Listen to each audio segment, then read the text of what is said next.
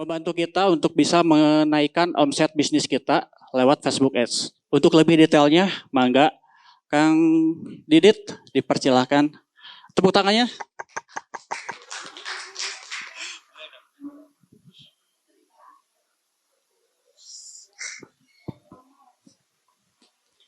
Oke, bismillahirrahmanirrahim. Assalamualaikum warahmatullahi wabarakatuh. Oke, sebelumnya makasih Mas Haris atas waktunya ya, dan semua tim DP Manajemen. Oke, selamat sore kawan-kawan. Gimana kabarnya hari ini?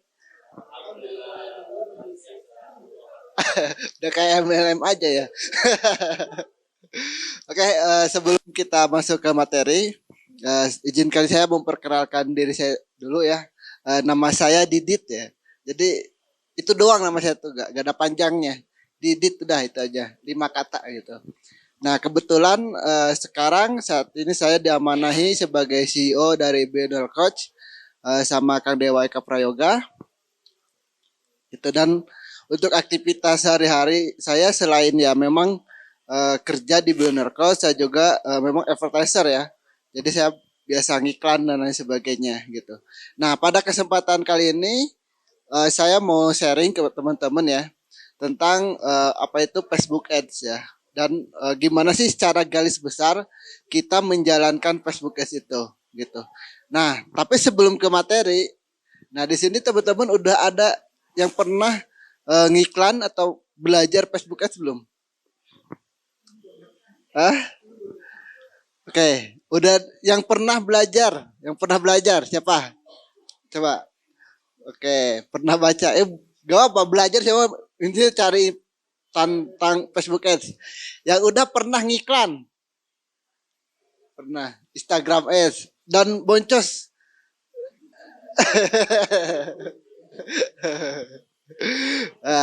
Oke, jadi yang pernah baru bertiga aja nih, Ibu sama Bapak ya. Oke. Nah, mungkin kalau dari yang pernah mau ada pertanyaan boleh langsung saja atau gimana gitu. Nah, karena waktu kita agak mepet ya. Atau kita langsung ke materinya aja ya, biar teman-teman paham Facebook Ads itu sebenarnya secara gambaran besarnya itu seperti apa. Nah, ini udah kenalan ya tadi ya. Nah, sebelum kita paham bagaimana cara menjalankan iklan di Facebook atau di Meta ya, karena kita ngiklan di Facebook itu bisa sekalian juga di Instagram. Kita harus tahu dulu kenapa sekarang ini kita perlu ngiklan di Facebook Ads. Oke, siapa yang mau jawab? Boleh?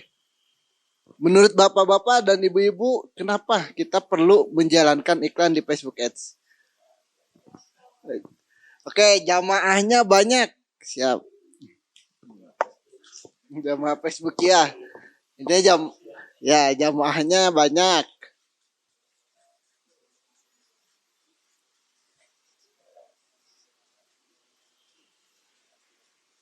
Terus apa lagi?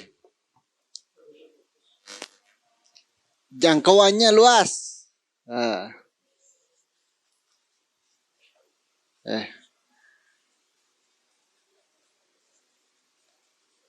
Terus apa lagi?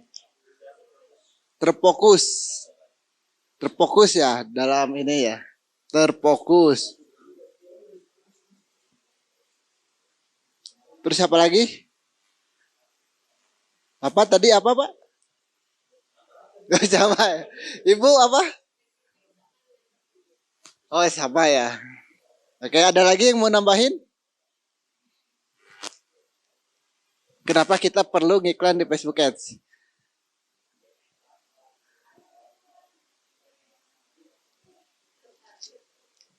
Tertarget.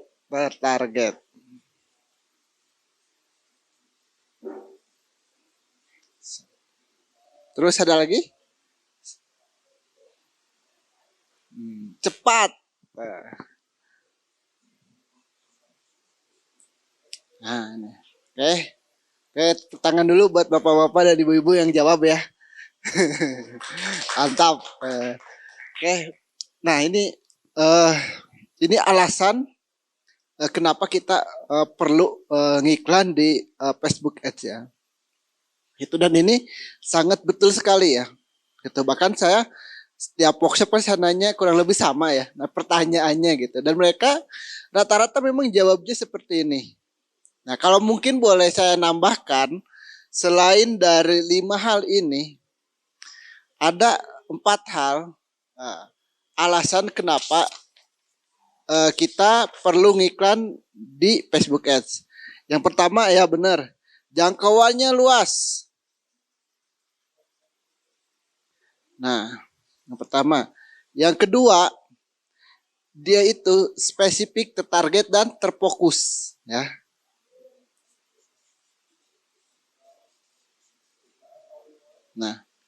Nah, yang ketiga terukur, ya.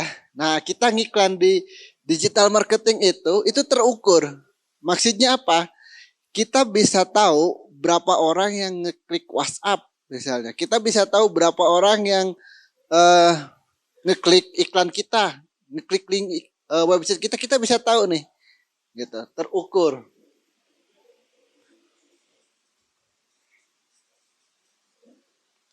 Dan yang keempat itu scalable. Scalable itu artinya itu bisa ditingkatkan ya, baik secara ininya ya, budgetnya itu bisa cepat kita ningkatin gitu. Kita bahas dulu dari jangkauannya luas. Nah, seberapa luas sih jangkauannya Facebook Ads itu gitu, atau Meta, ngiklan di Meta itu? Ya kita bisa ngiklan ke seluruh dunia gitu. Ya kan kalau ada duitnya gitu. Kalau kita siap dengan bakar-bakar duitnya, kita bisa ngiklan ke seluruh dunia. Bahkan kan orang yang terdaftar di Facebook itu di seluruh dunia itu udah miliaran. Di Indonesia sendiri kan ya kurang lebih 1.600-an. Pokoknya mas setengahnya orang Indonesia itu main Facebook lah, main Instagram kalau gak main Facebook. Gitu. Jadi 200 juta ya. Nah, setengahnya itu penduduk Indonesia itu main di Meta gitu, Instagram atau Facebook gitu. Nah, sehingga kita itu bisa ngiklan ke semua orang itu gitu. Selain jangkauannya luas, juga terfokus ya, tertarget dan terfokus. Maksudnya apa tertarget dan terfokus ini? Kita bisa ngiklan ke orang dengan spesifikasi tertentu ya. Contohnya di sini Bapak jualannya Bapak properti. Nah, saya juga pernah ngiklan properti, Pak. Nah, kita bisa tahu, maksudnya gini, kita bisa menargetkan iklan kita itu ke orang-orang dengan demografi tertentu atau spesifikasi tertentu. Contohnya, propertinya yang harganya misalnya berapa, Pak? 600 jutaan ya.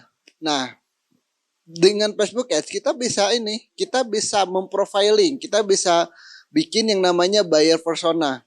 Kira-kira untuk properti dengan harga 600 jutaan itu orangnya seperti apa?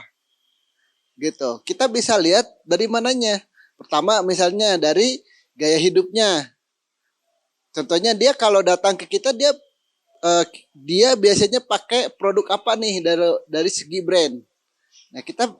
Nah, kita bisa nargetkan ke brand-brand tersebut. Atau mobilnya. Ya mungkin kalau rumahnya kita mobilnya itu Lamborghini mungkin ya. Tapi kalau 600 juta mungkin Avanza karena kan sebelum mobil rumah dulu dia pengen beli misalnya kayak gitu. Atau orang-orang misalnya apa ya dari merek handphonenya dan sebagainya. Nah kita bisa menerjemahkan seperti itu spesifik seperti itu gitu. Terus kita juga bisa ngiklan ke daerah-daerah tertentu saja. Misalnya Bapak mau ngiklan hanya untuk wilayah Soreang, itu bisa. Gitu. Atau wilayah Jakarta bisa. Dengan demografi atau segmentasi pasar seperti ini, itu bisa. Berbeda dengan di saat kita ngiklan menggunakan media konvensional. Nah, contohnya apa? Billboard gitu ya. Walaupun kita bisa naruh billboard kita di tempat elit, tapi kan yang lihat billboard itu kita gak bisa ini kan, gak bisa itunya mana, hanya untuk minat-minat tertentu, gak bisa seperti itu gitu. Terus terukur Nah, maksudnya terukur itu gini, eh di digital marketing kita bisa tahu berapa orang yang ngelihat iklan kita, berapa orang iklan kita itu bukan berapa, ke berapa orang iklan kita itu menjangkau, ya. Dan ada berapa orang yang ngeklik iklan kita, bahkan yang ngeklik WhatsApp kita pun kita bisa tahu, gitu. Berbeda dengan media-media yang konvensional. Seperti contohnya brosur. Kita sebar di brosur, kita mungkin udah tahu ini brosur kita itu udah tersebar ke berapa orang. Kita bisa tahu mungkin, tapi orang yang baca, nah sama orang yang buang brosur itu kita nggak tahu kan. Nah tapi di digital marketing kita bisa tahu. Atau misalnya kita ngiklan di TV misalnya. Nah kita ngiklan di TV, kita nggak bakal tahu berapa orang yang melihat iklan kita, gitu. Berapa orang yang ngehubungin kita via iklan TV itu. Nah tapi dengan digital marketing kita bisa tahu orang yang ngeklik iklan kita, ngelihat iklan kita, dan ngubungin kita, bahkan closing dari iklan yang mana aja kita bisa tahu, ya, dengan yang namanya digital marketing atau dengan Facebook Ads. Terus bisa di scalable atau di scale up, ya. Maksudnya apa? Maksudnya di saat kita ngiklan 100.000 dan ternyata iklan itu bagus, dengan cepat kita bisa meningkatkan iklan tersebut atau budget iklan tersebut. Bisa sampai misalnya dari 100.000 ke 130.000, dari 100.000 ke 200.000 ke 1 juta. Bayangkan kalau misalnya kita pakai cara-cara konvensional, misalnya brosur, untuk misalnya nih brosur ini kita sebarin ternyata bagus nih, 1.000 orang, kita belum tentu dalam waktu beberapa jam bisa langsung naikin ke 2.000 orang karena ada proses dulu. Nah kalau misalnya kayak gitu, atau misalnya billboard, kita pasang billboard di jalan, billboard ini ternyata berpengaruh gitu. Nah kan harus ada proses untuk ke pasang billboard kedua. Nah dengan Facebook Ads atau digital marketing kita bisa secara cepat untuk naikin iklan kita, budget iklan kita, kayak gitu. Oke, nah inilah alasan-alasan kenapa kita ngiklan di Facebook Ads. Dan selain itu, ngiklan di Facebook juga itu jauh lebih murah daripada kita ngiklan di hal-hal yang konvensional. Nah, contohnya misalnya kita pakai brosur, ngiklan di koran, misalnya ngiklan di TV, intinya mah teknik-teknik ngiklan zaman dulu itu jauh lebih mahal daripada kita main digital marketing. Kenapa? Karena kalau kita ngiklan di digital marketing, kita itu bisa ngejangkau 1.000 orang itu hanya dengan duit 100.000, 200.000. Gitu. Tapi kalau dengan iklan yang konvensional kita nggak bisa tuh. Misalnya kita bikin brosur 100.000 itu kita dapat berapa? Ya dapat 10 palingan. Atau 1 rim brosur, 1 rim atau 1 kali pasang billboard kita kan nggak, kurang memungkinkan lah kalau kita dapat dengan harga 100.000. Tapi dengan digital marketing atau Facebook Ads ya, atau Meta Ads ya, kita bisa ngejangkau orang ke sekian ribu orang dengan harga yang lebih murah, gitu. Itulah alasan kenapa kita perlu ngiklan di digital marketing, gitu. Nah, oke. Setelah kita tahu ya, intinya setelah kita paham alasannya kenapa kita perlu ngiklan atau kita perlu beralih ke media digital.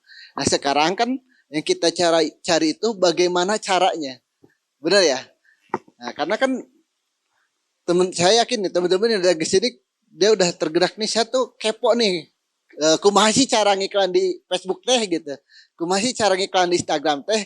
Nah kita akan bahas cara garis besarnya dan apa aja yang perlu bapak-bapak persiapkan ketika bapak-bapak ingin ngiklan di Facebook Ads ya. Ini menurut pengalaman saya ngiklan dari tahun 2017 ya, jadi udah cukup lama lah. Nah sebenarnya simple ya, ada 3 step atau 3 cara ketika kita mau main Facebook Ads. Yang pertama kita ada fase persiapan, ya. Ya semuanya pun harus dipersiapkan ya. Yang kedua ada yang namanya fase testing, ya. Karena yang namanya digital marketing itu gak ada yang 100% pasti ya teman-teman ya, gitu. Yang ketiga ada fase scaling atau kita naikin budget, gitu. Kita bahas dari fase yang pertama atau fase starting. Apa aja yang kita perlu siapkan di saat kita mau ngiklan di Facebook Ads, ya. Nah, yang pertama kita harus punya mindsetnya dulu nih. Ya ini walaupun klise ya, tapi ini kita perlu nih. Sebenarnya mindset apa aja nih yang kita harus pahami di saat kita mau mencoba beralih ke digital marketing. Nah, yang kedua kita harus punya produknya. Harus jelas produknya ya. Gitu. Kenapa? Ya karena ini penting ya. Kalau kita gak punya produk, apa yang mau kita iklankan? Nah, terus yang ketiga, ada yang namanya aset digital. Nah ini yang harus kita siapkan. Aset digitalnya itu apa aja? Yang harus kita siapkan di Facebook Ads. Yang keempat, harus mempersiapkan customer service. Karena apa? Karena sejatinya kita ngiklan di Facebook itu adalah cara untuk mendatangkan calon pelanggan, calon pembeli. Ya. Nah, untuk menjadikan dia dari calon pembeli ke beli, deal itu adalah customer service biasanya. Ya, karena kita bukan di luar negeri. Yang dimana kalau di luar negeri itu gak perlu CS karena langsung bayar. Gitu kan, kalau orang beli-beli di toko marketplace luar negeri, contohnya Amazon.com misalnya, kan kita klik add to chart, beli bayar gitu, gak perlu CS. Beda sama Indonesia ya. Di Indonesia itu kita udah jelas di website ada harganya, dia nanya lagi, mas harganya berapa gitu. Nah kadang-kadang kan kayak gitu. Memang beda, kita tuh beda. Makanya perlu customer service untuk melayani gitu. Di Shopee pun kan kayak gitu kita ya. Kita udah tahu nih di Shopee itu ada harga diskonnya berapa, terus kita ngechat, Mbak yang ini harganya berapa gitu. Aduh, itulah orang kita, makanya perlu adanya CS gitu. Nah ini yang harus perlu disiapkan ya. Nah kita bahas dari yang pertama dulu, mindset ngiklan di Facebook ya. Sebenarnya mindsetnya itu simple ya Bapak-Bapak. Di kita itu digital marketing itu ada istilah yang namanya TOTE ya, atau test of rate, test exit. Nah maksudnya apa test of rate, test exit ini? Maksudnya di saat kita mau melakukan sesuatu, yang pertama adalah kita akan melakukan testing dulu. Nah setelah tes ya kita bakal menjalankan testing itu. Nah kalau kita gagal, kita balik lagi ya. Kita balik lagi, tes lagi. Habis itu di override lagi, dijalankan lagi. Nah setelah ada yang sesuai dengan keinginan kita, baru kita selesai tesnya. Tinggal exit. Contohnya seperti apa? Kalau saya analogikan, contohnya seperti kita mandi. Ya. Nah, kenapa ini analogikan seperti mandi? Seperti kita mandi pakai shower air panas. Kalau pakai shower air panas, kita kan biasanya nggak gini. Pas mandi langsung puter air panasnya, langsung guir gitu kan. Tapi pasti kita ini puter-puter dulu tuh, dites-tes dulu tuh. Dites dulu, coba panasnya itu sesuai gak dengan kita? Ya, sesuai gak dengan kita? Kalau gak sesuai, ya kita puter lagi. Nah, itu ada tes operate ya. Nah, itu tes operate. Jadi misalnya kerannya itu putar ke kiri, wah ini kepanasan nih, ini malah kedinginan. Cari-cari yang enakan buat kita. Nah kalau udah enakan, baru kita tes exit namanya, baru kita mandi gitu. Begitu juga di dunia digital marketing ya. Teman-teman jangan sampai kayak gini, kita ngiklan sekali, langsung boncos, langsung gitu. Ternyata digital marketing itu buat saya susah, gak cocok gitu. Nah, padahal kan baru sekali. Ya kan? Contoh kalau mandi kepanasan terus kita bilang, wah ternyata mandi gak cocok buat saya. Kan gak kayak gitu kan? Biasanya kita tes-tes dulu. Nah, begitu juga di dunia digital marketing. Karena Ya, yang namanya bisnis dunia digital marketing itu kan kita dihadapkan dengan sesuatu hal yang tidak pasti ya. Seahli-ahlinya orang main Facebook Ads atau bahkan seahli-ahlinya orang main bisnis itu ada dua kemungkinan ya. Kemungkinan untung, kalau bahasa ini namanya resikonya itu untung, eh, kemungkinan besarnya itu rugi. Nah, begitu juga kita main digital marketing. Selalu ada kemungkinan itu gitu. Untung itu adalah risiko, rugi itu adalah kepastian gitu. Tapi bedanya orang-orang yang boncos terus dengan orang-orang yang berhasil itu cuma satu. Dia punya mindset ini. Orang yang sekali ngiklan terus boncos, dia berhenti. Nah, itu bakal boncos terus. Ya. Tapi kalau orang setelah boncos dia belajar. Ini kok saya boncos kenapa ya? Kok bisa saya boncos ya? Apa nih? Dia kan tes-tes hal-hal yang baru lagi, cari alasan kenapa saya boncos. Dia belajar dari kerugian tersebut. Nah, maka di suatu saat dia bakal ketemu lah hal yang bagusnya, yang bikin dia untungnya, gitu. Sehingga apa? Sehingga dia dari yang tadinya boncos dia jadi untung, ya.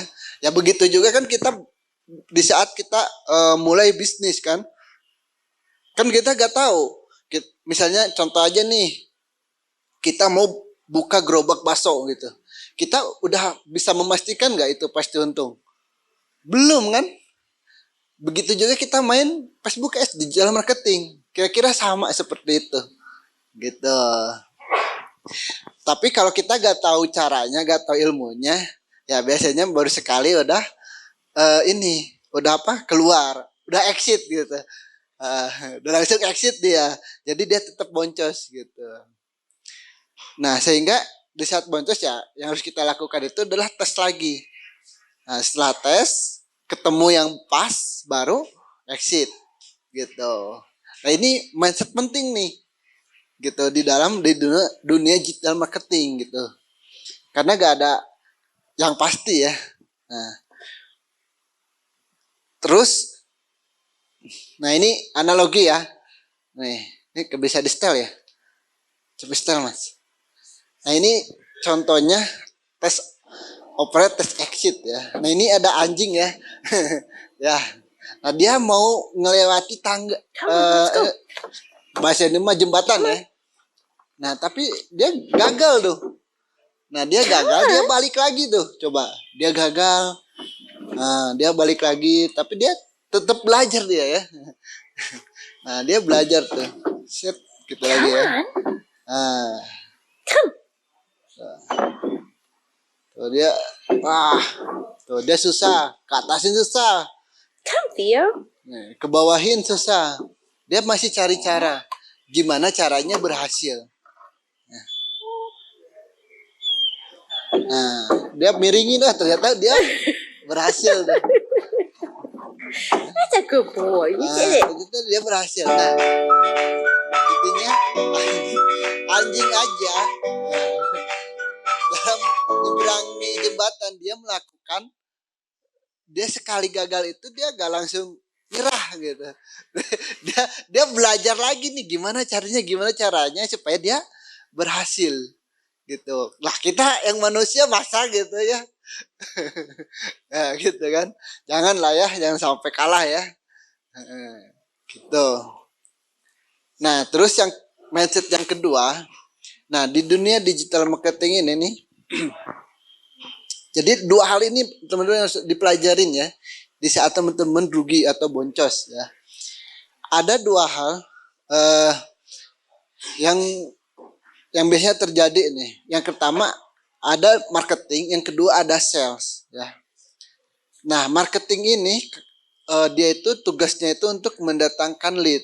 Nah, bagiannya itu dia itu di iklan ya. Terus yang harus diperhatikan adalah ads dan landing page ya. Nanti saya akan jelaskan apa tuh ads dan apa itu landing page. Nah, yang kedua ada yang namanya sales. Nah, tugasnya itu menghasilkan penjualan. Dia itu bagiannya itu bagian CS. Dan yang harus diperhatikan itu adalah cara closing ya, teman-teman ya. Nah, kita harus melihat data iklan kita harus ngecek data iklan kita.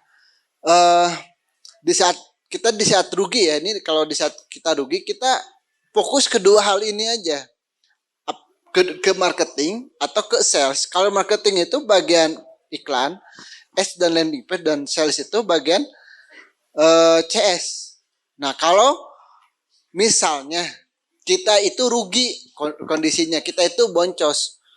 Nah, tapi rugi dan leadnya sedikit, atau orang yang ngehubungin WhatsApp kita itu sedikit, ya. Berarti yang perlu diperbaikin itu adalah di bagian marketingnya, ya, gitu. Jadi kita cuman perlu mikirin dua hal ini, ads dan landing page. Dua hal itu aja yang perlu kita pikirin. Nah, tapi kalau misalnya kita itu boncos, nah dan ternyata lead yang masuk ke WhatsApp kita itu banyak. Wah, banjir lead lah. Orang banyak yang ngubungin. Setelah kita ngiklan, oh ternyata banyak yang ngubungin. Tapi kita tetap boncos. Nah, yang harus cek itu adalah di rasio closingnya, di CS-nya. Bener gak dia ngejawabnya? Cepet gak? Nah, jangan-jangan pas ditanya dia malah jutek gitu. Nah kan gitu kan. Kadang-kadang admin kalau gak di training itu, Bapak bisa nanya, Mbak ini warna ini ada gak? Ada. Nah gitu doang kan. Mbak bisa dikirim gak? Bisa. Ditanya lagi. Nah itu kan orang malah males gitu. Atau misalnya dijawab, ada yang ngechat hari ini, dijawab minggu depan gitu. Itu kan itu kan kemungkinan closing kecil kalau kayak gitu, ya kan. Apalagi orang kita itu gak sabaran, gak dijawab 2 menit aja udah, wah ini slow respon. Jangan sampai kayak gitu. Nah, kalau ternyata leadnya iklan kita itu banyak dan rasio closingnya rendah, berarti yang harus perbaikin itu adalah bagian CS-nya. Begitu juga sebaliknya. Ini CS kita lihat rasio closingnya itu besar. Misalnya ada orang ngechat 1 langsung closing, nah, jago lah. Ngechat 2 langsung closing, 3 langsung closing, 4 slow respon dia. Enggak. Tapi ternyata leadnya itu sedikit, gak ada lead gitu. Leadnya itu Senin Kamis lah. Jadi kita ngiklan, tapi leadnya Senin Kamis gitu. Ya berarti itu yang harus diperhatikan, itu yang harus kita perbaikin itu di bagian ads sama landing page-nya. Kita harus ini ya, ngedit ya di bagian ads sama landing page-nya. Gitu ya. Jadi selain ya kita harus punya TOTE, jika harus tahu yang seperti ininya. Jadi dengan tahu seperti ini kita bisa paham. Oh, ini toh yang harus saya perbaikin teh gitu. Oh, ini toh yang harus perbaikin teh, sehingga kita jauh lebih baik gitu. Bisa jauh lebih baik dari sebelumnya gitu, karena kita ngerti. Nah, ini dua hal ini dengan digital marketing itu bisa kita lihat, bisa kita analis gitu. Dengan cara apa? Dengan cara lihat, baca datanya. Apalagi saya yakin teman-teman di sini itu adalah kebanyakan para business owner, ya kan? Punya bisnis ya. Nah, karena sebenarnya teman-teman itu gak perlu belajar yang ininya gitu, yang apa itu teknis-teknisnya. Cukup belajar bagaimana cara baca datanya dan sebagainya. Yang teknisnya kita cari orang yang bisa aja gitu, daripada pusing-pusing, ya kan. Belum ini pusing mikirin ini perumahan kok belum kejual.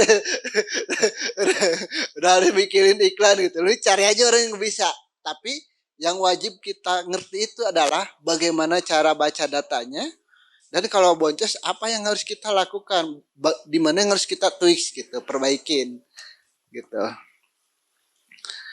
Nah, terus yang harus kita siapkan itu yang kedua itu adalah produk.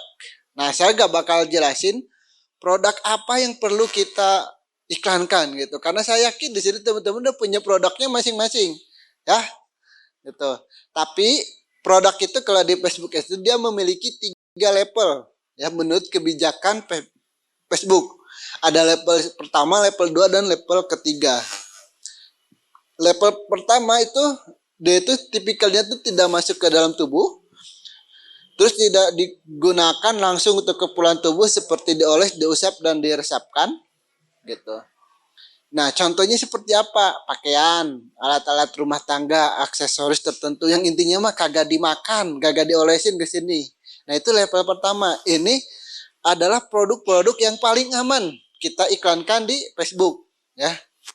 Nah, ada yang level kedua, yaitu dia tuh masuk ke dalam tubuh, dimakan, ya. Terus bersentuhan langsung dengan tubuh seperti dioles, diusap dan diresapkan. Nah, ini biasanya lampu kuning lah untuk kebijakannya Facebook gitu. Contohnya produk skincare, minuman pelangsing. Contohnya seperti itu ya. Atau madu herbal kayak gitu-gitu. Nah, tipsnya supaya kita gak kena restrike atau ban untuk yang level 2 itu, kita jangan pernah mengklaim. Ya, contohnya apa? Contohnya misalnya kita jual skincare. Kita mengklaim 7 hari Anda putih misalnya. Atau skincare ini bisa bikin Anda putih. Nah, itu gak boleh. Ya. Tapi kita lebih baik skincare ini bisa membantu Anda mencerahkan wajah. Gitu. Skincare ini bisa menghilangkan kotoran dalam wajah Anda gitu. Wajah Anda menjadi lebih cerah, lebih inilah. Tapi kasih kata-kata membantu daripada yang tadi skincare ini bisa bikin Anda glowing misalnya atau bisa Anda putih dan sebagainya. Kenapa? Karena gak semua orang kulitnya putih. Ya, ada orang yang kulitnya sawo matang gitu. Nah, saya punya cerita nih. Saya dulu kan pernah jualan skincare juga untuk pemutih lah, untuk biar orang putih gitu. Terus ada yang komplain ke saya, Mas, ini pembohongan publik tidak? Ini penipuan. Kenapa? Kok saya udah pakai skincare ini gak putih-putih gitu. Kebetulan waktu itu saya jualan sabun susu kambing gitu. Udah pakai produk ini tapi kok gak saya putih-putih gitu. Tapi Mbak cerah gak ya? Cerah, tapi saya gak putih. Berarti bohong, Mas. Terus coba lihat fotonya kayak gimana. Dia kulitnya sawo matang gitu. Ya tuh gak bakal putih-putih gitu. Kalau kayak gitu ya susah mah, itu mah harus disuntik vitamin. Biar putih bukan pakai sabun. Digosok kayak gimana juga ya gak bisa gitu. Nah, makanya jangan menjanjikan. Nah, itu atau misalnya jual herbal, jual madu ini bisa mengobati jantung misalnya, itu gak boleh. Tapi membantu meringankan penyakit jantung. Nah, itu boleh gitu. Tapi kalau perumahan mah aman, Pak. Dia level 1, Pak. Karena kan kita gak makan, Pak. Gitu.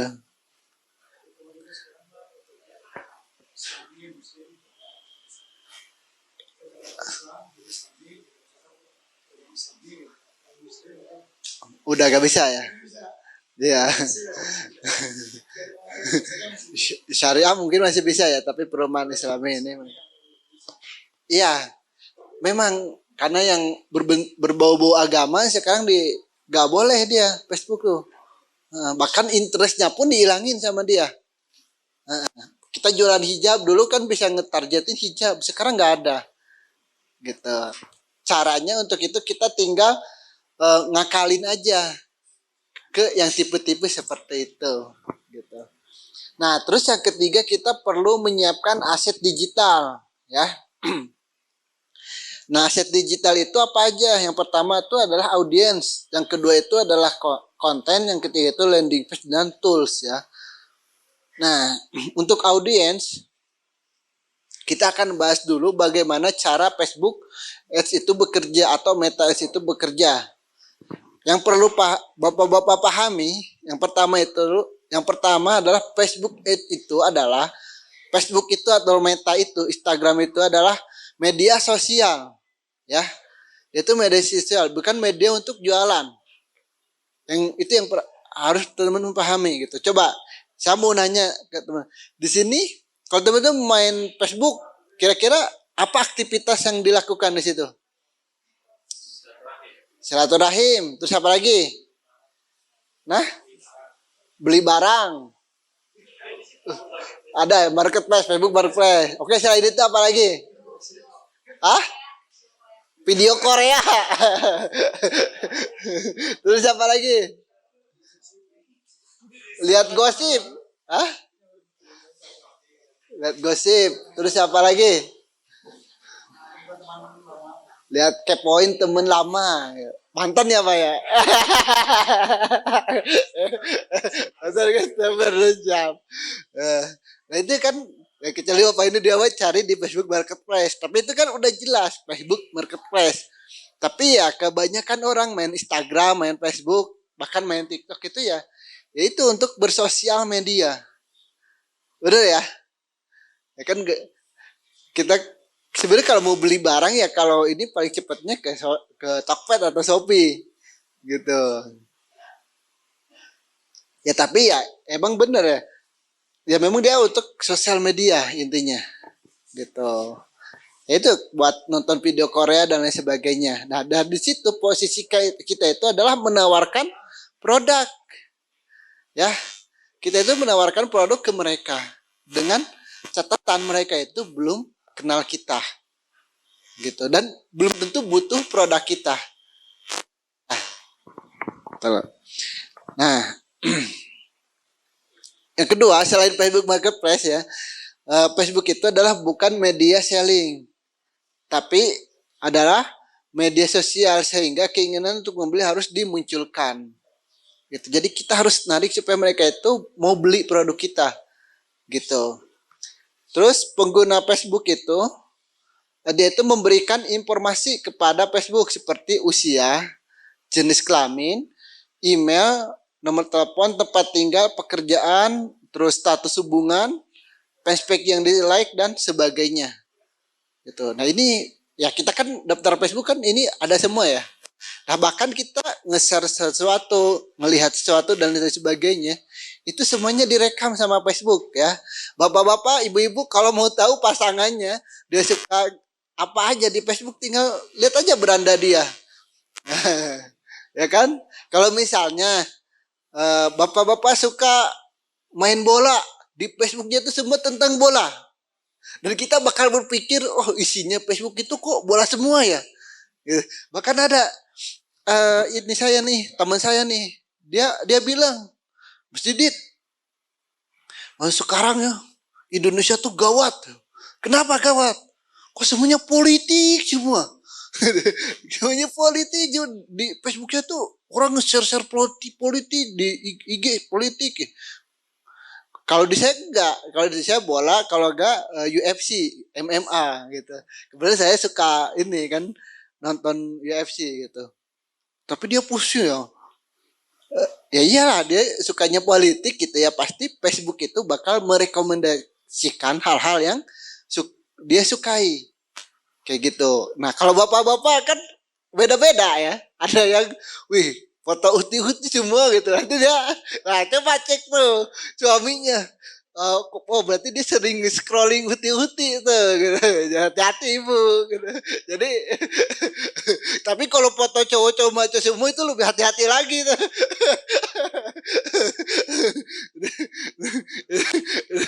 Itu lebih hati-hati lagi, lebih baik uti-uti aja gitu. Berarti dia masih normal gitu.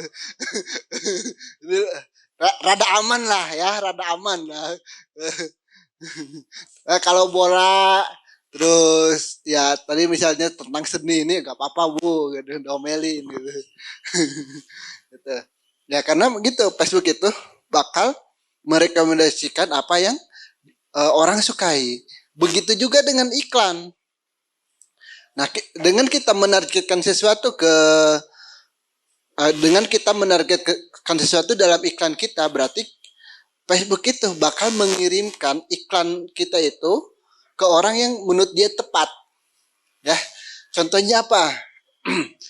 Contohnya di sini misalnya bapak-bapak itu pengusaha misalnya. Terus sering dapat iklannya Kang Dewa. Sering ya? Sering banget ya.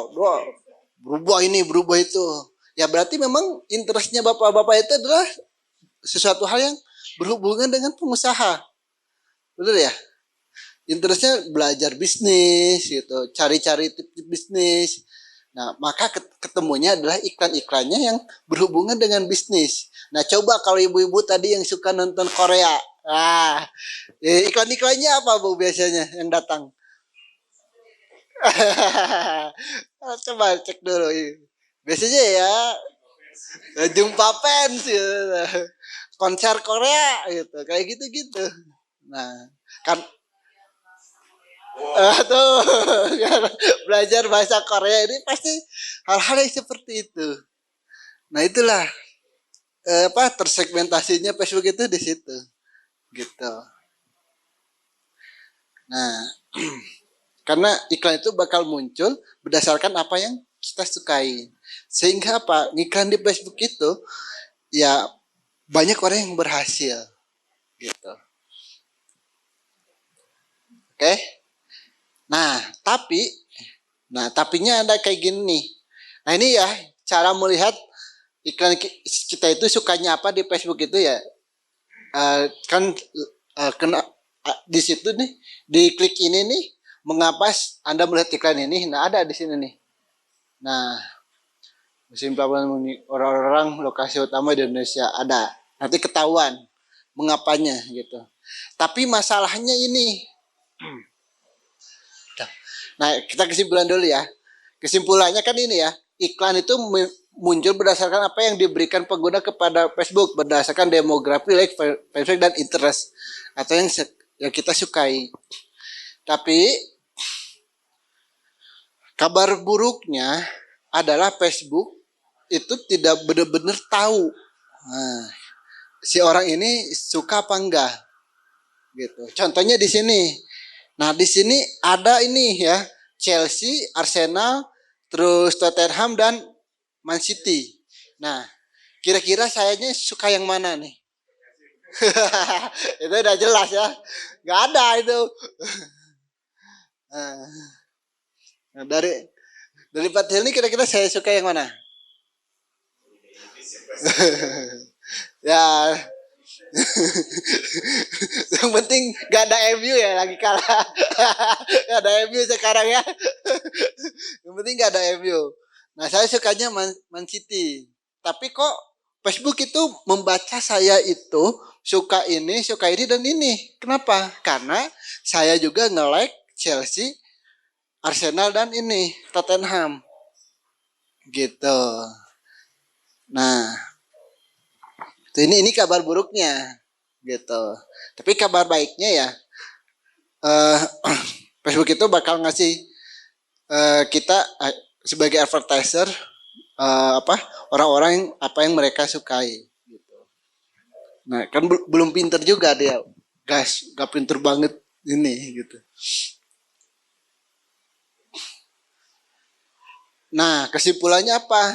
Hal inilah yang menyebabkan iklan kita itu sering boncos atau rugi. Sehingga solusinya adalah kita harus memperlakukan strategi filter market. Nah, kita harus tahu betul siapa target market kita. Gitu. Selain kita harus tahu demografinya, ada hal-hal yang harus kita tahu nih supaya kita bisa mencari tahu siapa customer Anda gitu. Nah, tinggal tanya 4 hal ini aja. Ya.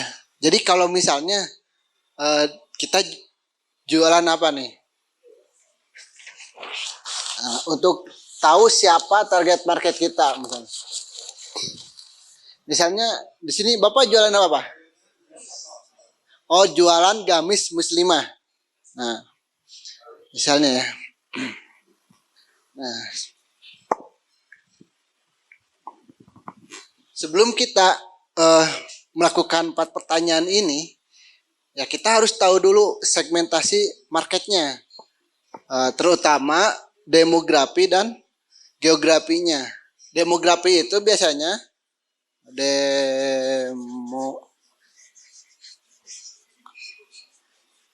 demografi. Nah, biasanya usia, terus jenis kelamin, terus pendidikan, terus pendapatan. Nah, sebelum kita ke sini ya, ke 4 pertanyaan ini ya, kita harus tahu dulu usianya, jenis kelamin, pendidikan, pendapatan, dan misalnya dia itu apa itu pernikahan itu apa tuh namanya? Eh, status hubungan.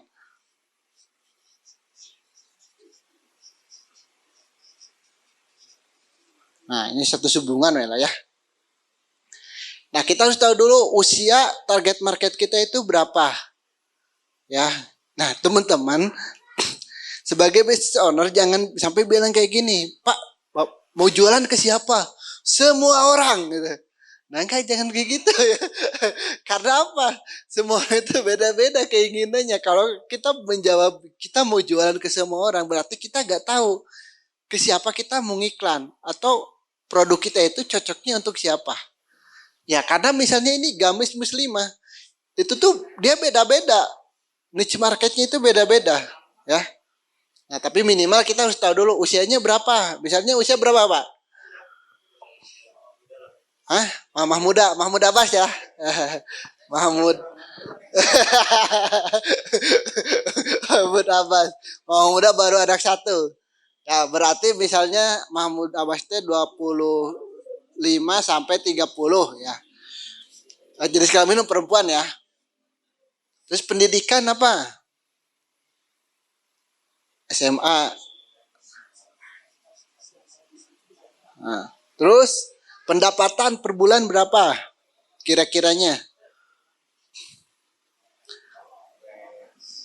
Range-nya 2 juta. Emang harga produknya berapa, Pak? Oh, 150.000. Berarti 2 juta. Terus status hubungan, berarti Muhammad mah nikah ya, nggak cari janda, jangan Pak. Nikah ya. Nah, berarti status hubungannya nikah. Nah, berarti ini secara demografinya udah ketemu nih. Nah, tinggal habis itu untuk orang yang cocok dengan produk Bapak, kira-kira kalau bertanya 4 hal ini, mereka baca bukunya di mana? Baca buku apa aja? Karena pasti beda. Orang dengan pendidikan SMA dan 2 juta itu baca bukunya dengan orang yang pendidikannya kuliah dan ininya itu pendapatannya di atas 10 juta. Biasanya beda. Gitu. Apa yang dia baca, apa yang dia ini tuh pasti beda biasanya. Gitu. Yang dia tonton juga beda. Gitu. Mungkin yang 2 juta kebanyakan nonton sinetron Ajab misalnya. Mungkin ya, kita kan nggak tahu ya.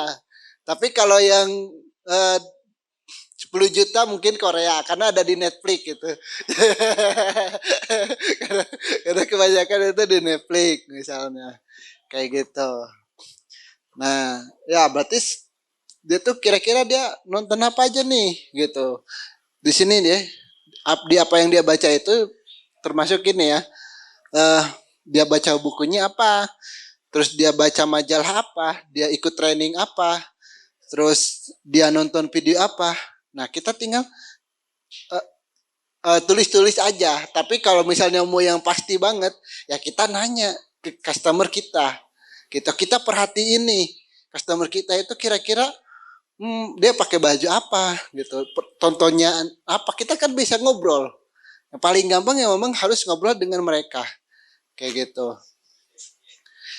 Terus siapa yang mereka follow ya, siapa yang mereka ikutin, siapa yang mereka jadikan panutan ya. Nah, ini juga kita harus tahu ya. Yang misalnya kalau misalnya pendapatannya di bawah 5 juta yang mereka follow itu misalnya artis-artis siapa. Tapi kalau misalnya yang lebih atas berarti dia guru siapa. Nah, kita harus ngerti gitu. Nah, kan beda apa fansnya Raffi Ahmad, Baim Wong sama fansnya Deddy Kombujer. Kan pasti beda dia.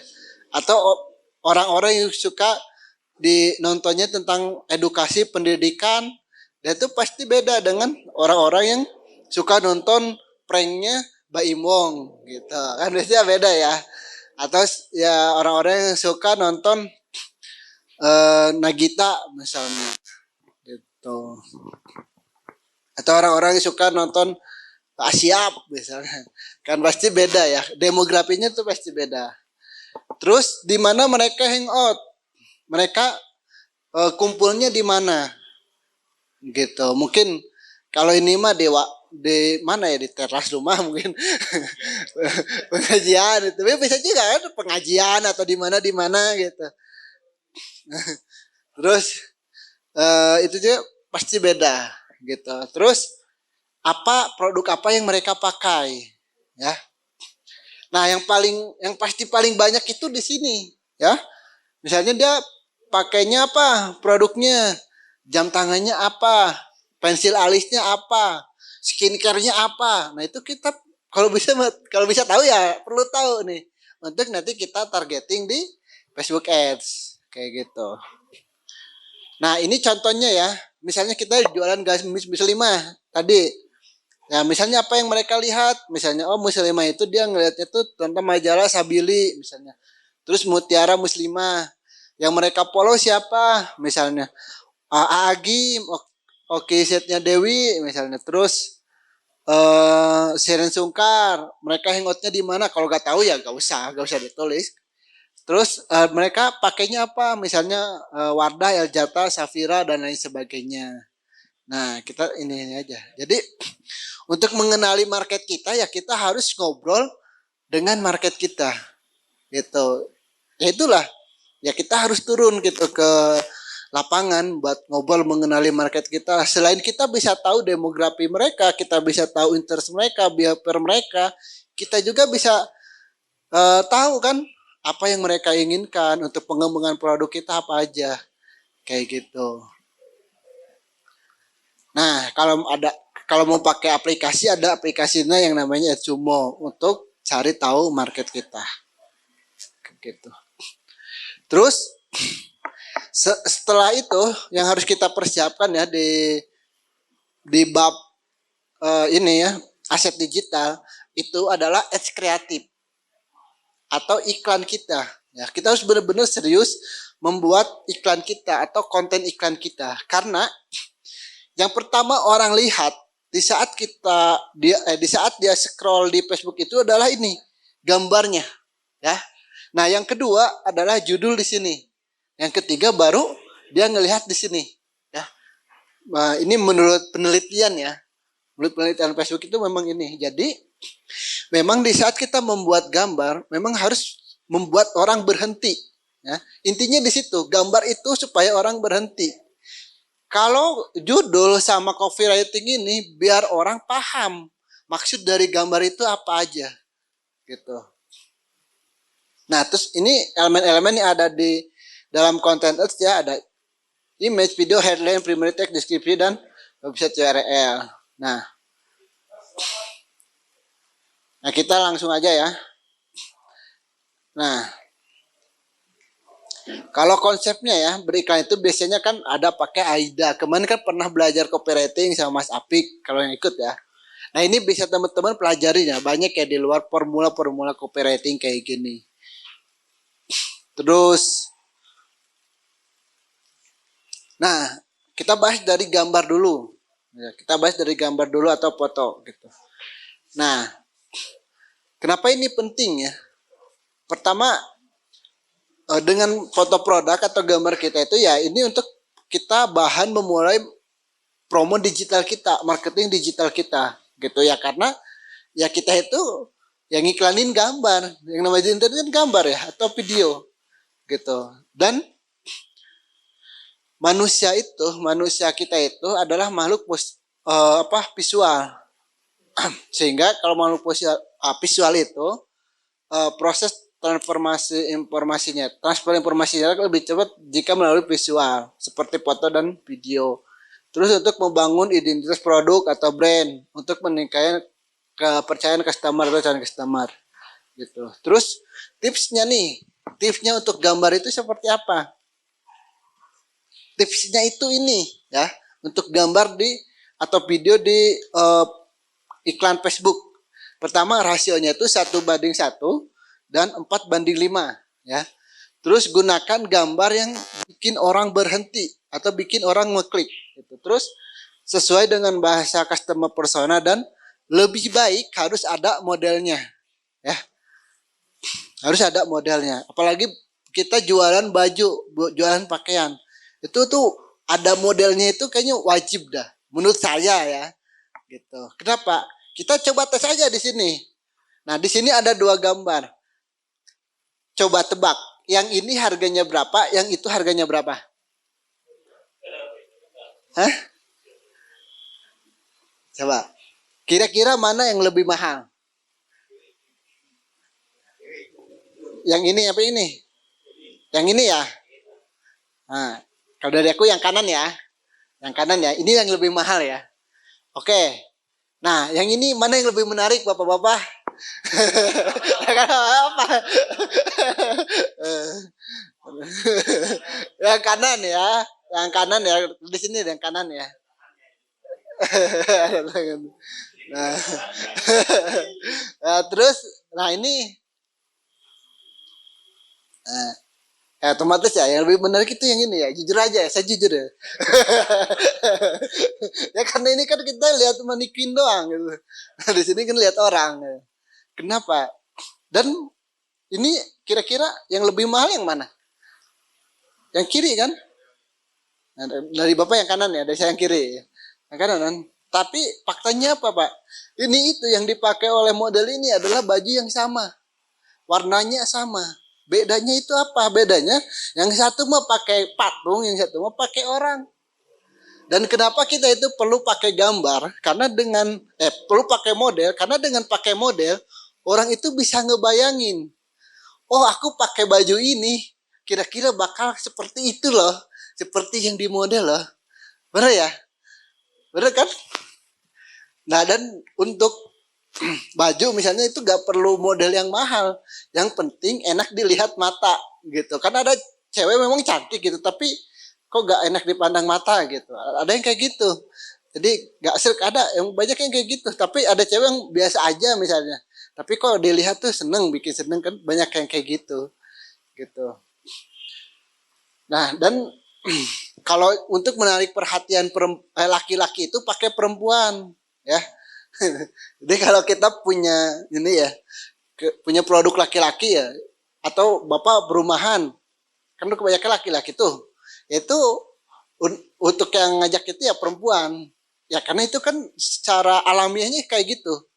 Nah karena apa? Karena goal kita hidup laki-laki di dunia itu ya untuk perempuan, bener gak? Nah, contohnya apa? Nabi Adam dari surga ke dunia gara-gara apa? Gara-gara perempuan. Kita hidup gitu untuk ngejar apa? Ya untuk istri, keluarga kan. Nah, kan kita hidup dari ibu kan, ya kan intinya obsesinya laki-laki itu adalah perempuan, gitu sehingga kan ibaratnya gini, perempuan itu adalah goal buat laki-laki. Nah, dan ada alat ya laki-laki untuk menarik perempuan. Alatnya itu apa? Alatnya itu adalah uang. Ya.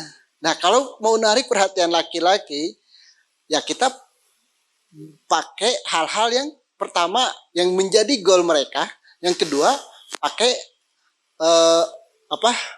dengan hal-hal yang alat untuk mendapatkan goal mereka dengan uang. Makanya laki-laki biasanya yang di sosmednya itu apa? Ya, kekayaan, misalnya. Terus mobilnya, laki-laki kan gitu kan. Terus apa lagi? Ya hal-hal yang sesuatu untuk prestasinya dan lain-lain sebagainya. Nah, tapi kalau perempuan, dia gak peduli sama laki-laki. Dia peduli hanya sama dirinya sendiri.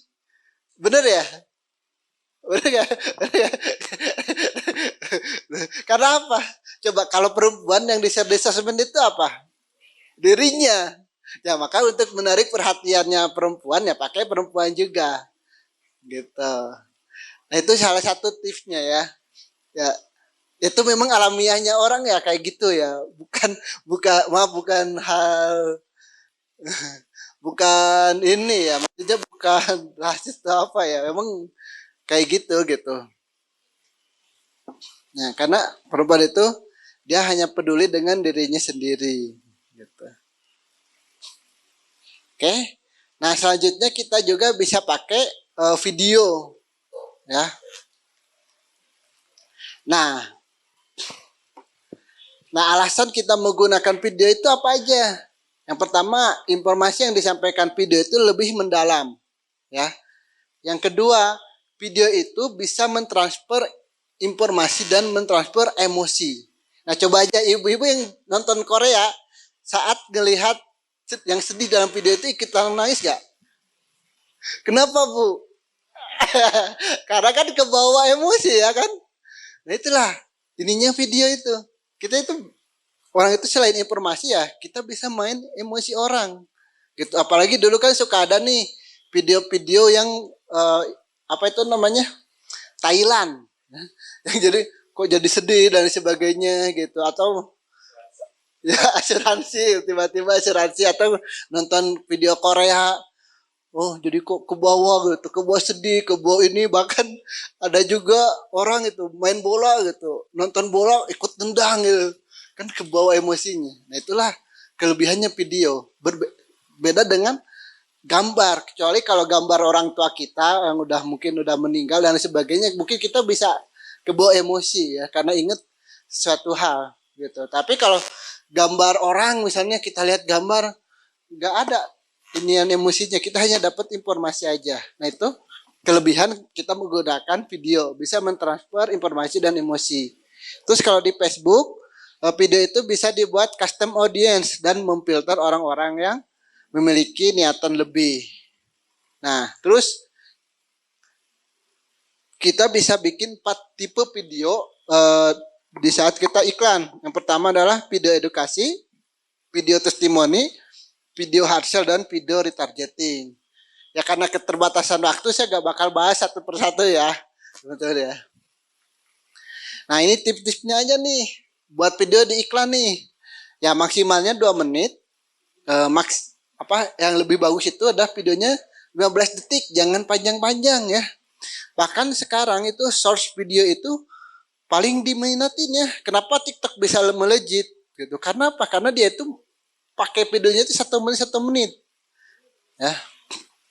Ya karena memang ya gak bisa dipungkiri sama kita. Memang sosmed itu ya membuat yang mahal sekarang itu adalah perhatian orang. Ya.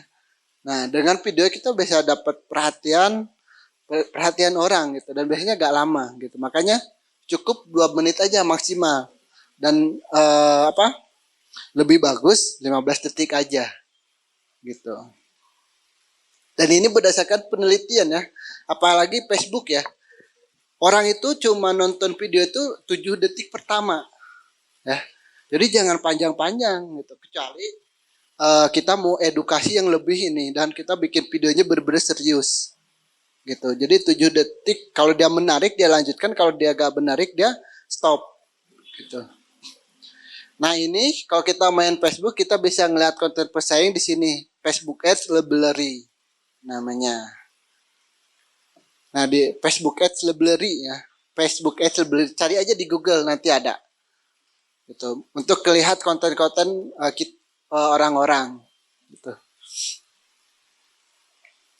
Nah, selanjutnya itu adalah ads copy. Tadi kan kita udah bikin videonya, sekarang kita bikin ads copy-nya atau copywriting-nya. Gitu. Fungsinya ads copy itu apa? Copywriting itu pertama membangun konteks sesuai yang diinginkan. Nah, menggiring audiens agar mau menggali informasi produk secara mendalam. Nah, ini fungsinya copywriting dalam iklan, ya, teman-teman. Nah, karena kan gambar itu menarik perhatian orang, sedangkan ads copy itu atau copywriting itu memberi informasi maksud dari gambar tersebut. Nah, kalau nggak kebayang, contohnya ini, di sini ada gambar pisang, ya, di sini ada gambar pisang. Bayangin aja, gambar pisang dengan kata-kata seperti ini, kira-kira dia lagi jualan apa?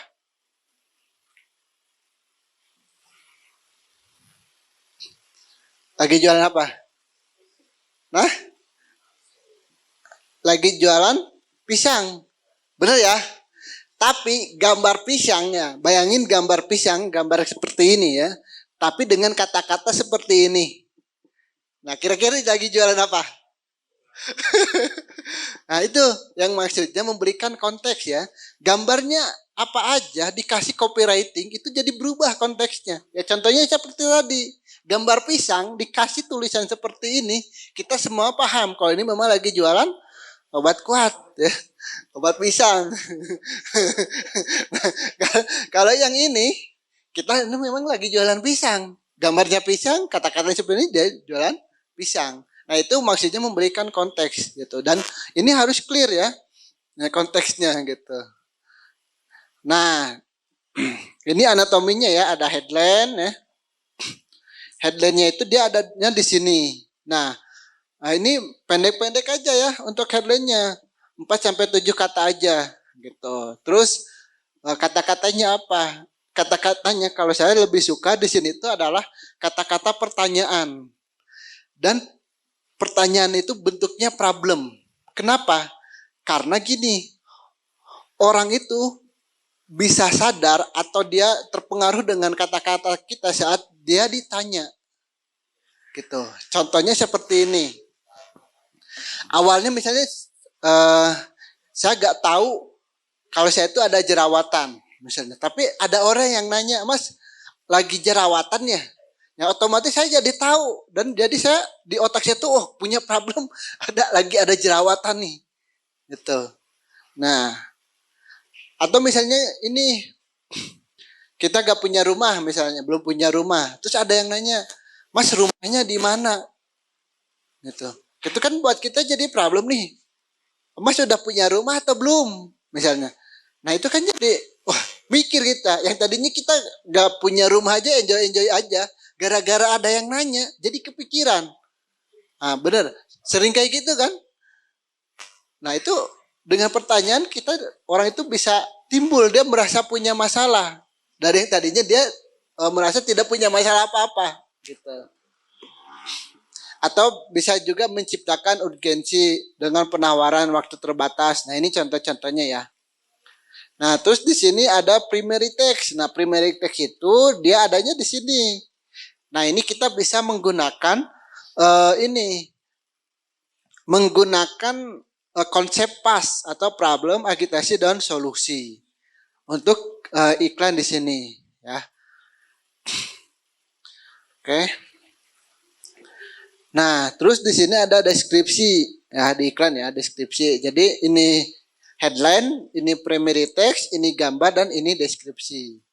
Nah, selanjutnya di sini ada URL. URL itu berarti yang di sini, dan ada CTA atau call to action. Nah, call to action biasanya dia di sini, download sekarang, beli sekarang. Nah, di situ. Facebook sama Instagram juga kurang lebih sama gitu. Nah, CTA-nya itu kita bisa gunakan dua, learn more atau shop now gitu. Kalau learn more biasanya dia itu bentuknya soft selling ya. Kalau shop now dia bentuknya tuh udah hard selling gitu. Nah, selanjutnya selain kita harus bikin kita tahu siapa target market kita bikin copywriting, kita bikin gambar dan video, selanjutnya kita perlu membuat website atau landing page ya gitu. Kenapa? Karena ini penting sekali ya teman-teman ya. Website dan landing page ini. Website dan landing page ini adalah tempat kita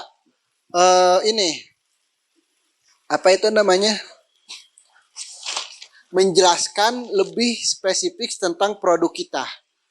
Karena kita paham di dalam Facebook kita gak bisa menjelaskan produk kita itu secara detail di iklan Facebook. Nah, untuk menjelaskan produk kita secara detail itu, kita hanya bisa menjelaskan di website. Karena di website kita bisa bikin kata-kata banyak banget. Ya. Nah, terus di sini ada dua jenis website. Nah, ada yang sifatnya itu yang namanya landing page atau sales page. Sales page itu adalah website yang memang fokus ke satu produk tertentu. Nah, sedangkan ada yang namanya web store. Satu website, satu halaman website untuk banyak produk ya. Nah, contohnya seperti ini. Nah, ini Brodo. Nah, ini adalah web store. ya. Terus ini tipe ya. Nah, ini contohnya sales page. Nah, kayak gitu. Ini yang satu aja itu sales page atau landing page gitu. Nah, ini penting banget ya teman-teman untuk paham yang namanya website atau landing page gitu. Nah, dalam landing page ini ada 4 aspek penting harus teman-teman pahami. Yang pertama, kita harus tahu funnelnya atau perjalanan orang dari lihat iklan kita sampai dia closing kita seperti apa.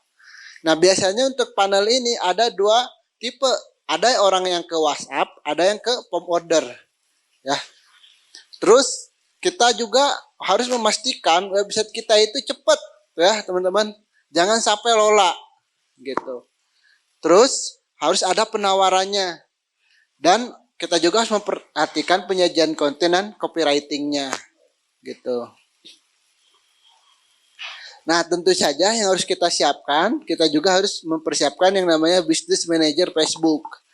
Nah, kalau ini memang kita gak bakal bahas secara detail sekarang ya, karena ini waktunya gak bakal cukup ya. Ini 2 hari harusnya ngebahasnya, bukan sehari seperti ini, maka ini beberapa jam gitu. Nah, tapi teman-teman udah paham ya, di saat kita mau ngiklan itu kira-kira itu aja yang harus kita persiapkan itu. Yang pertama kita harus siapkan mindset. Nah, selain modal ya, selain uang ya.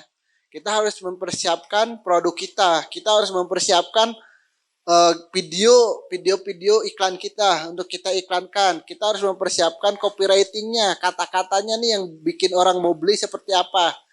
Terus kita harus mempersiapkan websitenya ya teman-teman ya.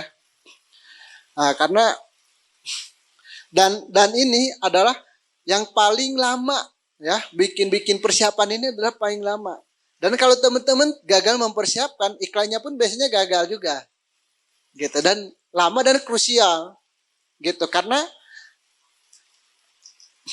senyubi-nyubinya kita dalam beriklan, intinya gini, iklan kita ya gak tahu apa-apalah gitu. Kita langsung blast aja gitu.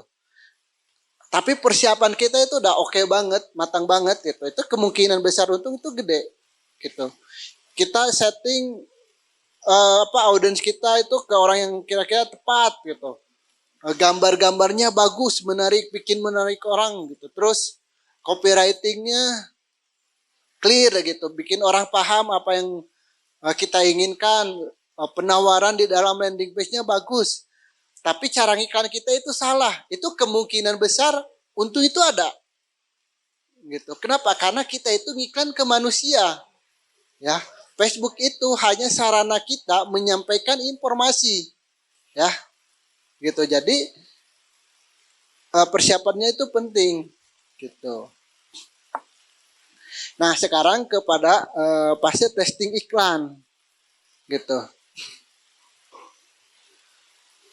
Nah, ini teknik budgeting ya, supaya tidak boncos ya. 50% untuk bakar data, untuk scale up, winning, dan boncos itu sama dengan belajar. Nah, ini udah kita bahas di awal. Ya. Nah, split testing itu apa ya? Atau testing itu apa? Yaitu membuat variasi iklan dan membandingkan hasilnya untuk mendapatkan variasi terbaik. Variasi terbaik itu adalah profit. Jadi iklan yang winning itu adalah iklan yang profit ya. Gitu. Nah, gimana kita bisa tahu profit apa enggaknya kalau kita gak ngerti caranya baca data. Nah, nanti saya bakal lebih banyak ngajarin tentang baca data gitu. Karena saya rasa untuk teman-teman di sini ini yang paling penting. Ya, dan jarang orang ngajarin. Maksudnya orang itu lebih fokus ngajarin ke hal teknis gitu. Padahal baca data itu yang paling penting gitu. Nah, ini teknis ya. Iklan itu ada yang namanya strukturnya. Strukturnya itu ada yang campaign, adset, dan ads gitu. Nah, split testing itu untuk cari apa? Untuk ya tadi goalnya untuk cari winning ads atau iklan-iklan yang profit. Dan winning ads itu dibuat bukan dicari. Dibuatnya itu apa? Dengan mempersiapkan dengan matang. Kayak gitu. Nah ini ya, kenapa kita harus split testing? Karena itu tadi mindset pertama kita itu adalah test operate, test exit. Gitu. Dan split testing itu adalah proses yang ini. Ya, gitu. Terus hanya dengan split testing kita bisa mendapatkan data real dari iklan kita. Gitu. Untuk mengetahui iklan mana yang paling menghasilkan, dan yang ketiga split testing itu untuk mengetahui iklan mana yang paling menghasilkan. Dan agar kita tidak salah langkah dalam mengambil keputusan saat scale up di masa depan. Nah ini fungsinya kita split testing. Gitu. Goalnya itu apa? Ya goalnya itu intinya mau untuk mencari profit lah. Iklan kita sudah profit, nah kita bisa langsung scale up. Gitu. Terus gini. Nah di sini saya sebenarnya ada ini. Lebih menekankan ke sini ya. Ada metrik-metrik atau apa ya, nilai metrik itu apa ya, nilai-nilai lah atau KPI ya yang memang penting untuk teman-teman ketahui ya, terutama teman-teman business owner. Nah, terlebih lagi kalau teman-teman mau ngiklan ke orang ya. Nah apa itu, yaitu yang pertama itu yang harus dilihat itu adalah CPR atau cost per result ya, atau cost per lead. Nah ini harus teman-teman tahu CPR kita maksimal kita berapa gitu. Nah saran saya CPR iklan kita itu adalah 1:5 dari margin profit ya. Contohnya seperti apa? Contohnya gini, misalnya Bapak nih jual gamis misalnya. Jual gamis harga 150.000. Nah, jual gamis harga 150.000. Nah, misalnya HPP-nya ada 50.000 misalnya. Misalnya ya. Nah, berarti dia punya profit, gross profit itu 100.000. Nah, jadi maksimal cost per lead kita itu atau cost per orang sekali WhatsApp itu maksimalnya adalah banding 5-nya. 100 dibagi 5 berarti 20.000. Ini maksimalnya. Nah, sebenarnya untuk kita pakai jasa orang cukup tahu hal ini aja, berapa maksimal cost per lead kita. Gitu. Untuk biaya iklan, budget iklan itu terserah dia. Selama dia memenuhi kriteria KPI kita yang ini. Ya. KPI kita dari 1:5 dari margin profit. Kenapa? Karena gini nih. Kalau misalnya kita cost per lead-nya itu 1:5 dari margin profit. Di sini contohnya 1.000, contohnya di sini 20.000 berarti ya CPR-nya. Atau cost per WhatsApp-nya. Ini CPWA itu ada 20.000. Misalnya kita ngiklan habis 100.000. Nah, kalau kita ngiklan habis 100.000, berarti kita dapat berapa WhatsApp? Dapat 5 WhatsApp. Bener ya? Nah, berarti kita ngiklan 100.000 dengan cost per lead atau cost per WhatsApp 20.000, berarti ada 5 orang yang nge-WhatsApp. Nah tadi ya, misalnya kita ke CS ini punya goal closing dari 10 orang yang closing minimal ada 3 lah. Ya. Berarti kalau 5, misalnya kalau 5 minimal ada 2 lah ya yang closing ya. Berarti 40% lah. 40%. Ada 2 nih. Rasio closingnya itu 40%. Nah, berarti 2 yang closing itu dengan budget iklan 100.000, kita ngasilin uang berapa? Hasil profit berapa? 200.000. Ya berarti secara hitung-hitungan kita masih untung 200.000. Bener ya? Paham ya sampai sini? Nah kalau Bapak kalau perumahan mah lebih murah lagi tuh CPL-nya.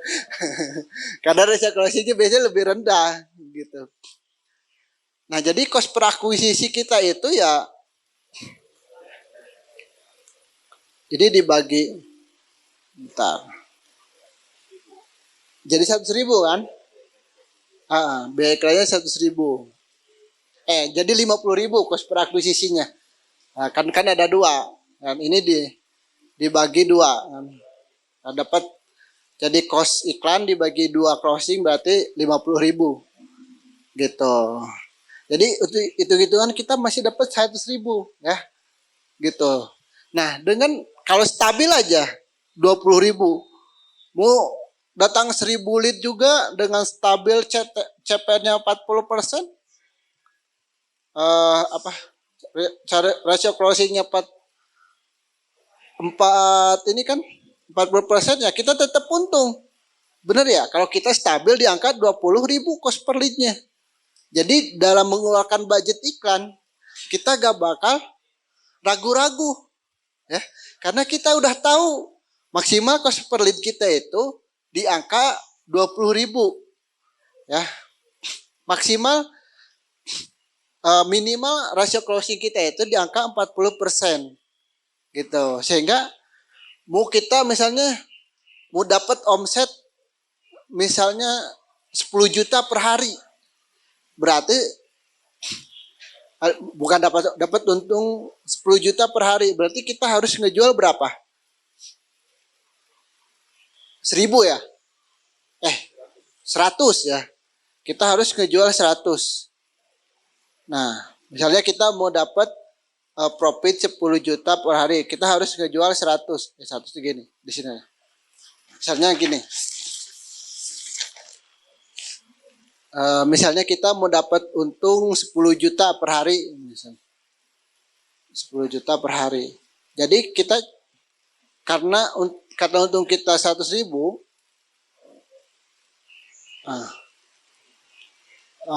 berarti kita cukup ngejual 100 piece kan.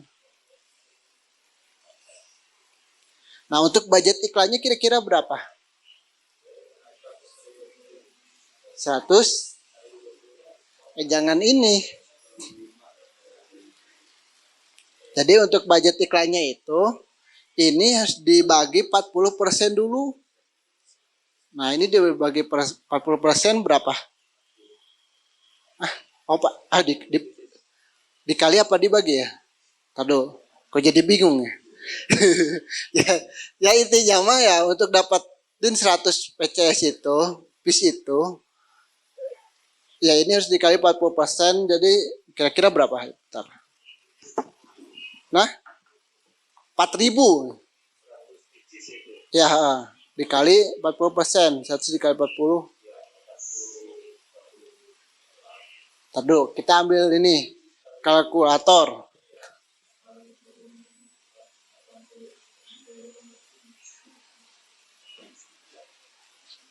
Nah, kita ambil kalkulator ya. Nah, misalnya 100 PCS, 100 ya. Nah, dikali 0,4 sama dengan. Bukan dikali, kita benar dibagi 100 dibagi 0,4. Berarti kita harus mendatangkan 250 lead. Ya. Untuk kita bisa menjual 100 piece. Ini udah benar ya, dibagi ya. Dibagi ya.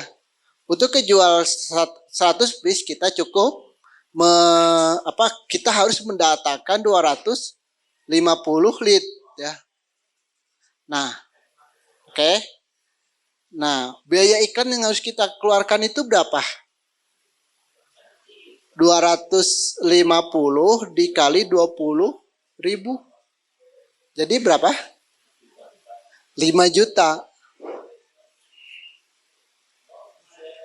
Nah, salah lagi. 5 juta. Nah, kita ngiklan 5 juta dapat margin bersih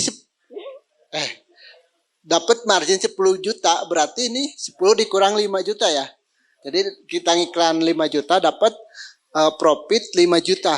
Kira-kira untung apa enggak? Nah, apalagi kalau misalnya ini diganti jadi 10.000. Kalau diganti 10.000 ini cukup ngeluarin 2.500.000. Nah, kita ngeluarin 2.500.000. Terus kita dapat gross profit 10 juta. Berarti kita punya net profit 7.500.000. Nah, masih untung nggak? Masih untung. Ya, berarti kita ngasih jasa ke orang, cukup kita gini aja, Mas. Nah, aku mau ngasih jasa Facebook Ads ke kamu. Siap.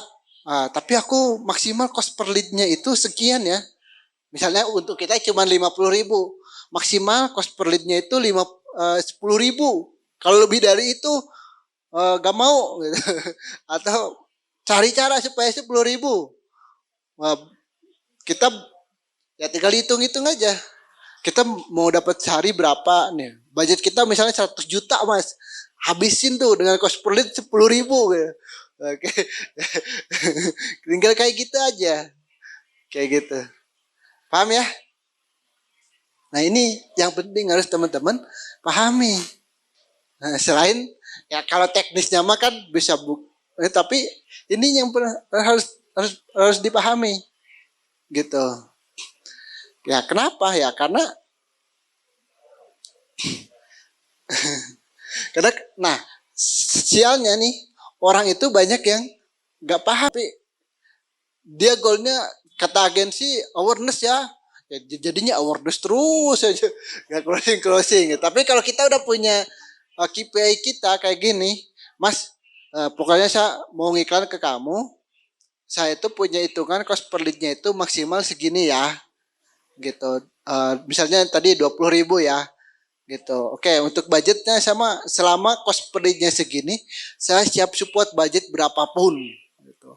Mau berapa Mas? 100 juta, 200 juta? Oke, siap saya support. Yang penting cost per lead-nya segini. Gitu. Kenapa kita bisa pede? Karena kita udah tahu rasio closing kita, biasanya 40%. Gitu. Oh, biasanya 50%. Gitu.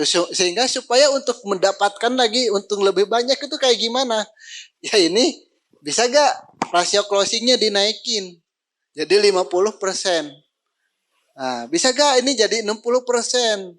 Nah, CS kita di-push nih, kasih bonus-bonus gitu. Nah, kalau dia gak bisa, malah turun 30%. Turun 30% misalnya. Berarti ke advertiser di-push lagi. Mas, jangan 20.000 sekarang mas, 10.000 aja nih. Soalnya CS kita loyo gitu. Nah, kayak gitu. CS kita loyo, jangan 20.000, 10.000 aja.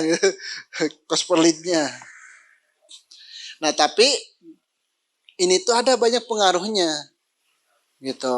Apa aja nih yang mempengaruhi atau cara-caranya supaya kita bisa dapat cost per lead 20.000 gitu. Nah, di sini kita pentingnya belajar data gitu. Kan ini kan ujungnya aja, hasilnya aja kita pengennya cost per lead-nya 20.000. Tapi untuk mencapai 20.000 itu ada beberapa hal yang memang harus kita tweak, harus kita perbaikin gitu. Oke.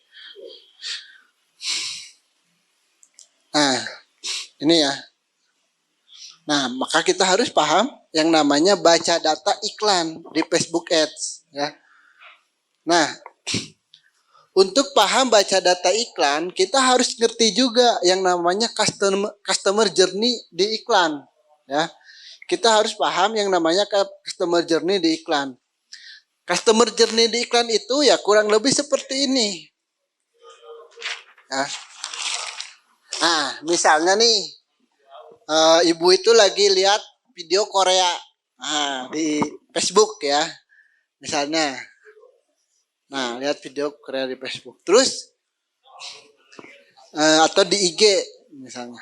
Nah, terus ada iklan ya, ada iklan tentang kursus bahasa Korea. Nah, dia ngeklik lah iklan tersebut. Nah, biasanya dia diarahkan ke dalam website atau ke dalam landing page. Ya. Nah, setelah ke dalam landing page, di landing page atau di website kan biasanya ada tombol ya. Bener ya? Ada tombol WhatsApp. Nah, si ibu langsung ngeklik tombol WhatsApp itu dan nanti diarahkan ke ini ya. Diarahkan ke WhatsApp. Ini chattingan ya. Chattingan. Diarahkan ke WhatsApp. Nah, sehingga nanti closing di sini. Closing ya. Nah, berarti perjalanan customer itu yang pertama dia scroll iklan Facebook. Nah, setelah scroll iklan Facebook dia ngelihat iklan ya. Habis ngelihat iklan dia masuk ke dalam landing page. Nah, setelah masuk ke dalam landing page dia ngeklik WhatsApp. Setelah ngeklik WhatsApp dia chattingan dengan CS atau CS follow up. Nah, setelah itu baru dia itu closing. Benar ya, customer journey itu kira-kira seperti itu. Nah, kalau di iklan. Nah, di sini semuanya ada metrik-metriknya. Nah, di sini semuanya ada metrik-metriknya. Metriknya itu apa? Nah ini ya. Jadi kalau kita bahas di sini, ada beberapa hal yang terjadi di dalam Facebook. Ya. Yang terjadi di dalam Facebook itu yang pertama itu adalah ngelihat iklan dan ngeklik iklan. Benar ya? Nah, kalau di dalam Facebook kita bisa lihat metrik yang nama CTR atau rasio klik tayang. Ya, jadi misalnya ada iklan kita itu 1000 kali tayang. Terus misalnya ada 10 orang yang klik. Nah, berarti CTR-nya itu adalah 1%. Nah, kenapa? Karena ini dibagi sama ini. Gitu. CTR-nya itu 1%. Dan iklan di Facebook itu yang bagus itu CTR-nya itu ada 1%. Ya. Nah, setelah itu ada masa transisi ke sini ya, dari Facebook masuk ke landing page. Nah, di masa transisi ini berarti yang mempengaruhi itu apa? Adalah kecepatan website. Jadi orang ngeklik misalnya 10 nih. Terus orang yang masuk ke website itu misalnya ada 7. Ya, karena kan ada aja orang-orang itu yang websitenya itu lemot gitu. Atau kuotanya itu pas-pasan gitu. Jadi ngeklik dia loading lama. Ada orang yang seperti itu kan. Kayak gitu. Nah, itu kalau kita namanya outbound click ya. Outbound clicknya berapa, terus landing page-nya berapa. Kita harus bandingkan gitu.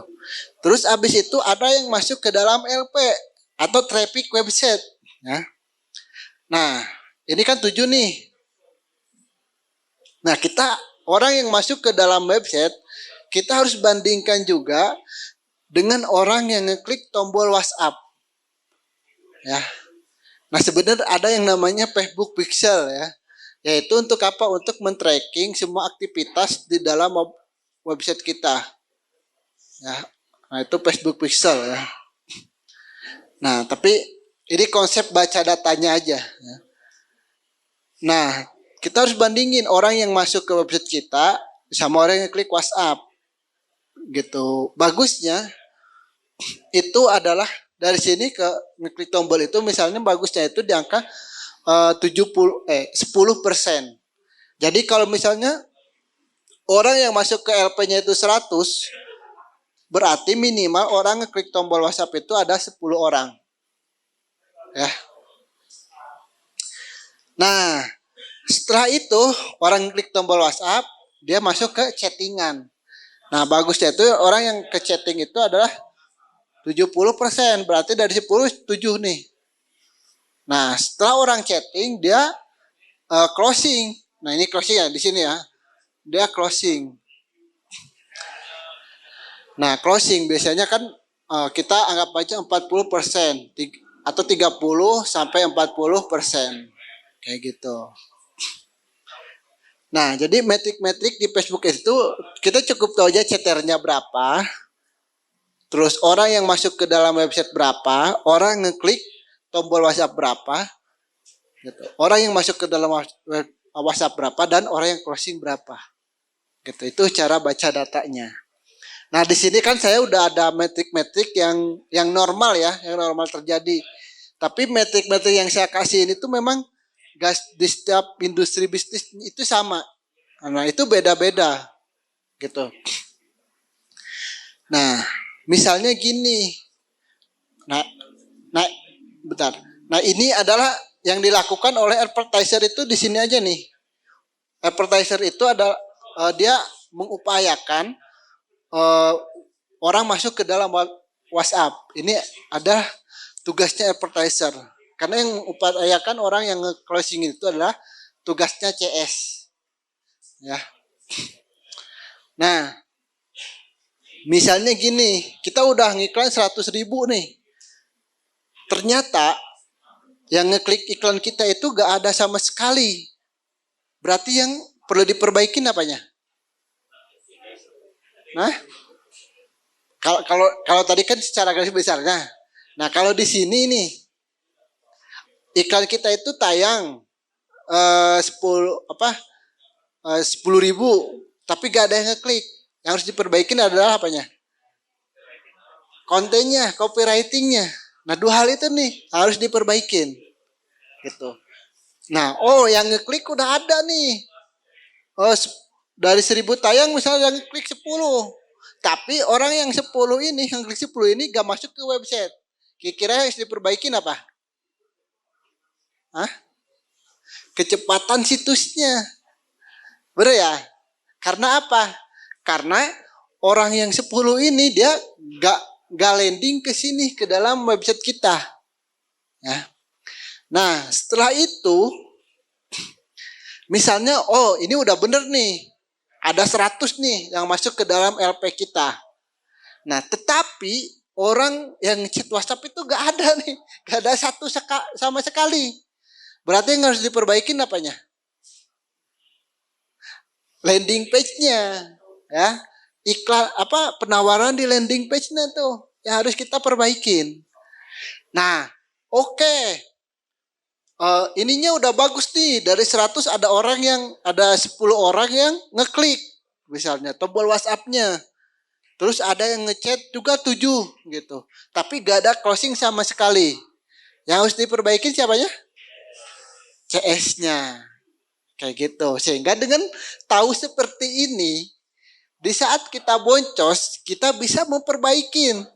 Benar ya? Apa yang harus kita perbaikin, apa yang harus kita tweak. Sehingga kondisi kita di saat itu adalah